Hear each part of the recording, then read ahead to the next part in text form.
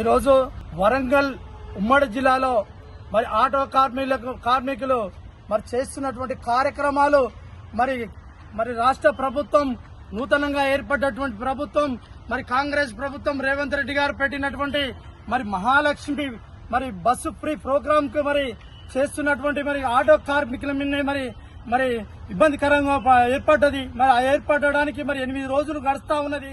మరి ప్రభుత్వం మరి ఇన్ని రోజులు అయినప్పటికీ కూడా కార్మికుల మీద శ్రద్ధ చూపట్లేదు అని మరి నేను చెప్పడం జరుగుతోంది. మరి ఇంకా కొన్ని రోజులు మరి ఇలా జరిగితే మరి మేము రోడ్ల మీదకి రావాల్సి వస్తుంది. మరి రోడ్ల మీదకి వచ్చి మరి మేము మరి రోజు దినవేళ మరి రోడ్ల మీద వండుకుంటూ మరి బ్రతుకుతున్నప్పటి విధంగా ఏర్పడుతూ ఉంది. ఆ బ్రతుకు మరి వెనుకబడ్డది.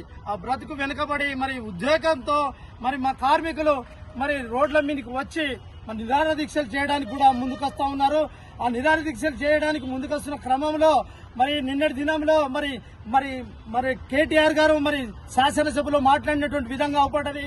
అయినా కూడా మరి రేవంత్ రెడ్డి గారికి మరి స్పందన లేదు.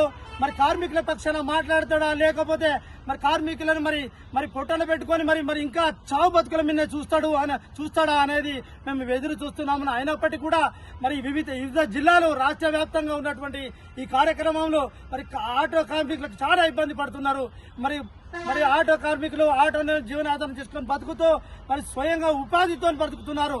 మరి ఆటోలు మరి ఫైనాన్స్ ద్వారా తీసుకొచ్చుకుంటే మరి కిస్తీలు కట్టలేని విధంగా మరి వాళ్ళు వచ్చి ఇబ్బందులు పెడితే భార్యల మీద పుస్తలు తాడమ్మి కూడా మరి కడుతున్నటువంటి విధానంగా అవపడ్డది.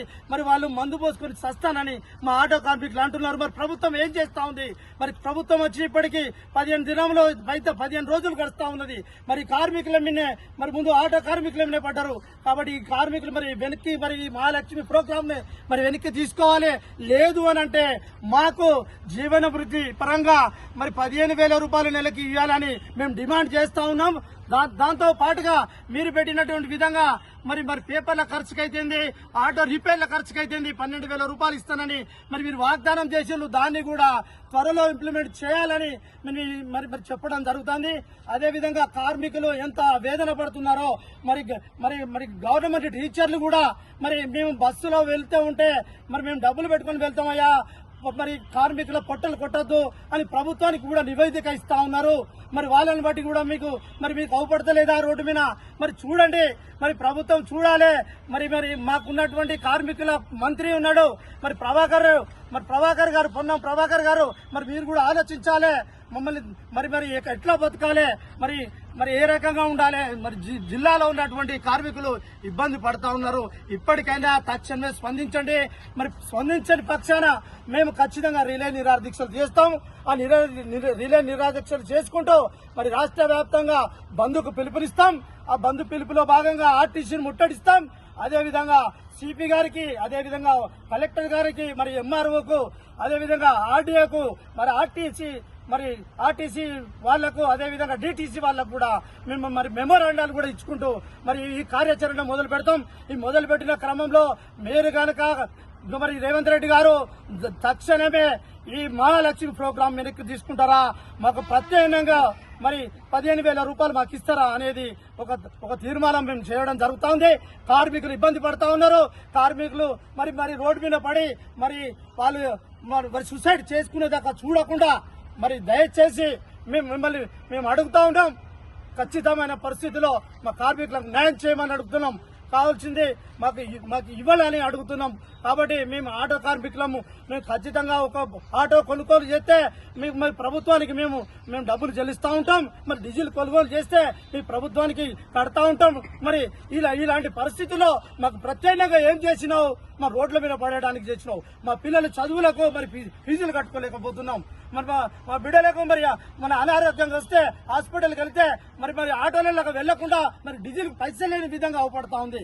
మరి రోజు కిలో బియ్యం తెచ్చుకొని బతికే మా కార్మికుడు మరి వాళ్ళకి లేకుండా ఇంటికి పోయే వరకు పిల్లలతో మరి బాధపడి ఏడుస్తా ఉన్నారు. ఇట్లాంటి దృష్టి తీసుకొచ్చిన కాంగ్రెస్ ప్రభుత్వాన్ని బొంద పెడతాం.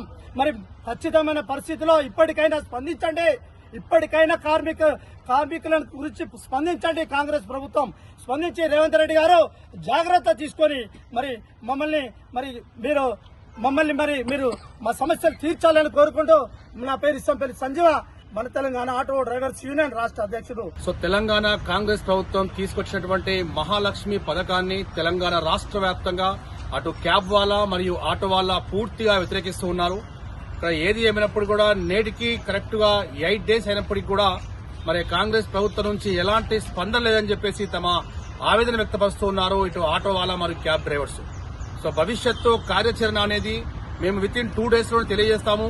రేపు అసెంబ్లీ సమావేశాలున్న నేపథ్యంలో మేము 100% ఎక్స్పెక్ట్ చేస్తున్నాము. ముఖ్యమంత్రి రేవంత్ రెడ్డి గారు మా ఆటో వాలా మహాలక్ష్మి పథకంపై 100% స్పందించబోతున్నారని చెప్పి తమ ఆశను మరియు ఆవేదనను వ్యక్తపరుస్తూ ఉన్నారు. సో ఇక జేఎస్డబ్ల్యూ టీవీ, జై స్వరాజ్య, వోల్ టీవీ కంటిన్యూస్ గా అటు ఆటో వాలా ఇటు క్యాబ్ వాలా యొక్క కష్టాలను తెలంగాణ కాంగ్రెస్ ప్రభుత్వం దృష్టికి తీసుకుపోయే విషయంలో మనము వారితోటే ఉన్నాము.